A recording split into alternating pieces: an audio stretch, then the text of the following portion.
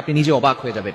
মধ্যরাত, এই রাতটা হচ্ছে রাতের শেষ অংশে যদি আপনার চোখ খুলে যায় তাহলে মনে করবেন আল্লাহ তাআলা আপনাকে সফলতার দ্বার প্রান্তে পৌঁছে দেওয়ার জন্য আপনার চোখটাকে খুলে দিয়েছে। কিন্তু দুঃখজনক হলেও সত্য, আমরা অনেকেই রাতের বেলা হঠাৎ করে চোখ খুলে গেলে অথবা ঘুম ভেঙে গেলে কিন্তু আমরা আল্লাহকে স্মরণ করি না। এই সময়টা হচ্ছে সবচেয়ে গুরুত্বপূর্ণ সময়। বুখারী শরীফের বর্ণনা, নবীজি সাল্লাল্লাহু আলাইহি ওয়াসাল্লাম জানিয়ে দিয়েছেন, নবীজি সাল্লাল্লাহু আলাইহি ওয়াসাল্লাম বলেন, রাতের শেষ অংশে, মধ্যরাতের পরেই রাতের শেষ অংশে যখন রাত একেবারে গভীর হয়ে যায়, এই সময়টা আল্লাহ তাআলা প্রথম আসমানে চলে আসেন এবং আল্লাহ তাআলা বান্দাদেরকে ডাকতে থাকেন, কার কি লাগবে আমি আল্লাহর কাছে চাও।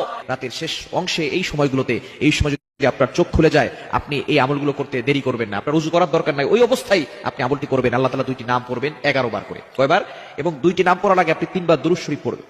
দুরুদের ভিতরে সর্বশ্রেষ্ঠ দুরুদ হচ্ছে দুরুদ ইব্রাহিম। এই দুরুদটি বেশি বেশি পড়ার চেষ্টা করবেন। আল্লাহুম্মা সাল্লি আলা মুহাম্মাদ ওয়া আলা আলি মুহাম্মাদ কামা সাল্লাইতা আলা ইব্রাহিম ওয়া আলা আলি ইব্রাহিম ইন্নাকা হামিদুম মাজিদ। আল্লাহুম্মা বারিক আলা মুহাম্মাদ ওয়া আলা আলি মুহাম্মাদ কামা বারাকতা আলা ইব্রাহিম ওয়া